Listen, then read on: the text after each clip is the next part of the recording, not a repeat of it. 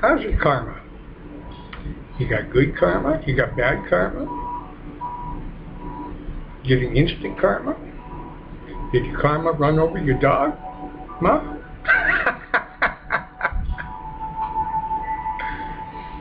Karma. I wanted to talk a little bit about karma. Karma and reincarnation, the twin laws, the two laws that seem to go together. It's the idea of cause and effect. It's not much different than another idea that you might find in the Bible. You reap what you sow. The idea of karma basically says that if you do good stuff, then good things are going to happen to you. Good things are going to happen to you. If you do bad stuff, then bad things are going to happen to you. It kind of makes you accountable. But it's the idea that you are accountable to an immutable universal law. An immutable universal law called karma. And if you don't get around to paying your karmic debts or reaping your karmic rewards in this lifetime, no problem. You come back and take care of it in another lifetime. And so as long as you seem to have things on your karmic slate, good karma, bad karma, then you're going to have to clear that karmic slate. And if you don't clear it in this lifetime, you'll have to come back, do it in another lifetime, and you're just not going to get off of this wheel of birth and death until you clear that karmic slate.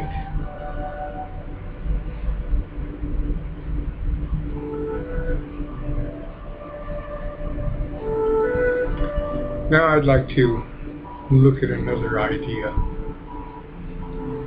Suppose there's nothing outside of you. Nothing. There's not even a God outside of you that you are answerable to.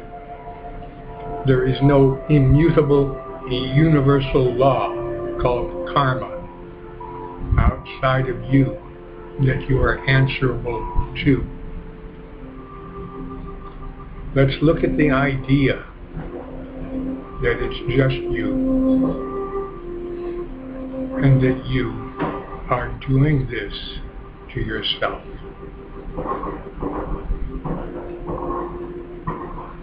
So you do something that you feel bad about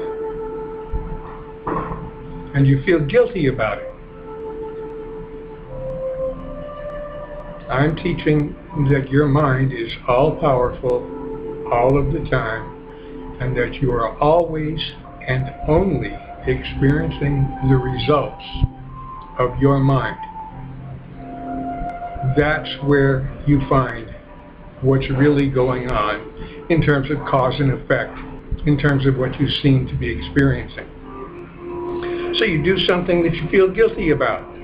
Your guilt is a request for suffering. Your guilt says, all right, I've done something bad, I'm going to have to pay. And it's a prayer. It's a prayer that says, give me some suffering. And you get suffering. A grievance is when you've transferred your guilt onto somebody out there, and your intention is that they suffer. Your prayer is for their suffering, but there's nothing outside of you. And so your guilt and grievances both will result in your suffering.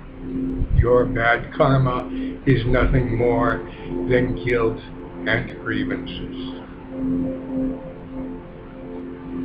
Your good karma is the idea that you did something good, you really deserve good stuff, you really want this, that, and the other, and it will be according to your belief. You're doing it to yourself, not answerable to anybody, anything outside of you. But you are accountable. You don't get the idea that you can cause harm and intend harm without harming yourself, because there's nothing outside of you. And so there's the basis for the golden rule, which, if you need some sort of moral standard, that's the one. That's the one. We should teach all of our children the golden rule. Do unto others as you would have others do unto you. Because when you do unto others what you intend for others, what you wish for others, what you are praying for others, you are doing that to yourself.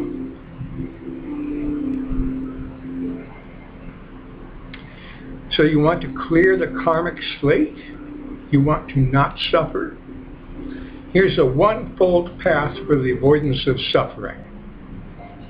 Release, forgive, release all guilt and grievances. If you're no longer holding on to guilt and grievances, then you cannot suffer. Guilt and grievances is at the root of all suffering. Forgiveness is the remedy. Forgiveness is the recognition that it's just dreaming, that nothing is happening, nothing ever did happen, that you rest in peace, that you are inseparable from the changeless wholeness of reality. Forgiveness is the recognition of that truth.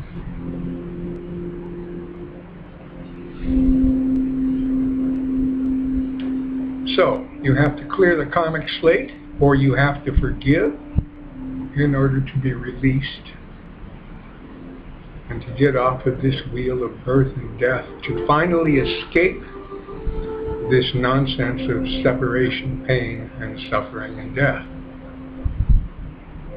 So let's say that you have some guilt. I'll tell you what, let's say that you're suffering. I know you don't want to hear this, but if you are suffering, I'm telling you that you're doing this to yourself. I'm also telling you that everything that happens is carefully planned by one whose only purpose is your good. So here you are experiencing adversity. Many people will tell you that the adversity that they experienced was ultimately seen as for their good. How can that possibly be?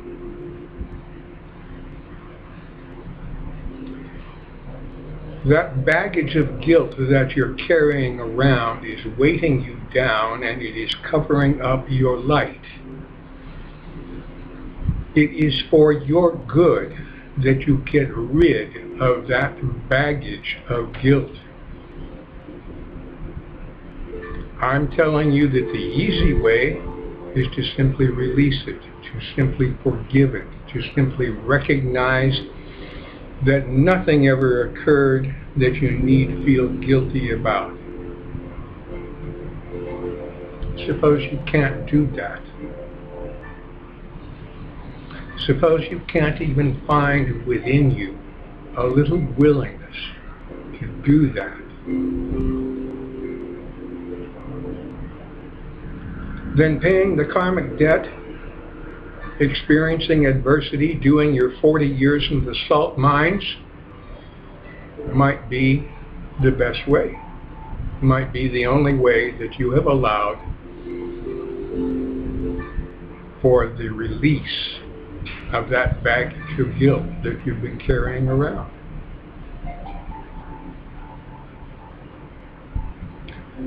So when you look at it that way, the suffering, the adversity is for your good, because it is your way of paying the karmic debt, because you could not find it within you to forgive. In any case, you will finally be free of that baggage, and you can go forward. Easier to forgive. I recommend forgiveness. And I also recommend that you don't make any more karma. Don't intend or cause suffering.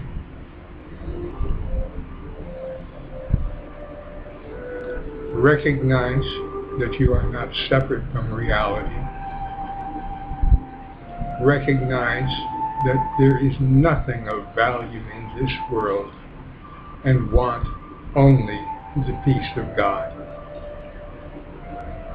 And so you will have found a way to be in the world but not of the world, and in so doing you won't make any more karma. Clear the karmic slate, let go of all of the guilt and grievances, and you are free.